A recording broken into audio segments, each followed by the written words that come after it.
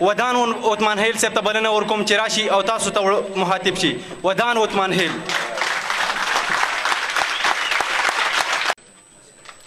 دا ټوله ټاله مې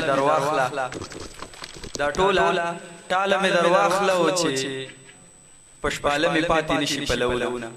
باقي ډبروال صاحب سلګۍ ژوندون په دغه کتاب باندې ورته ډېر مبارکباد وایو. خدای دې وکړي چې هغوی ډېر ژوند ومومي او عمر یې اوږد شي او دغسې ښکلي کتابونه د پښتو ادب دپاره د پښتو ژبې د پرمختګ دپاره او د دې قوم د پرمختیا دپاره نور کتابونه هم چاپ کړي او ښه ژوند ورته غواړو او بیا دې ورته دغه کتاب مبارک شي.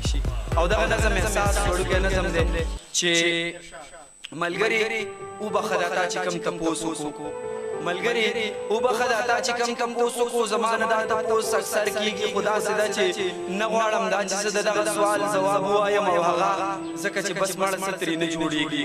زما کوشش دا دی چې خلکو له خندا ورکړمه خلکو له ژوند ورکړمه خلکو له رڼا ورکړمه. نه غواړم دا چې څوک خفه کړم او بې سوره یې کړم. زه د دې وجې نه په دې خبرې نه کوم زه د خپل ژوند د تورې شپې خبرې نه کوم. خو که ته خامخا دا غواړې چې ځواب درکړمه نو بیا غوږ کېږده خو په دغه شرط چې ژاړې به نه. خو که ته خامخا دا غواړې چې ځواب درکړمه نو بیا غوږ کېږده خو په دغه شرط چې ژاړې به نه.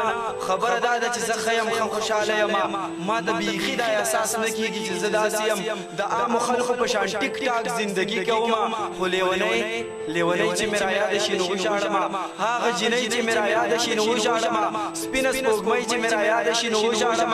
په هغه وخت کې مې په ذهن کې دا خیال وګرځي چې نو هغه به اوس زما وی تیاره ژوندون به مې رڼا وی په مړ لارمان کې به مې سا وی.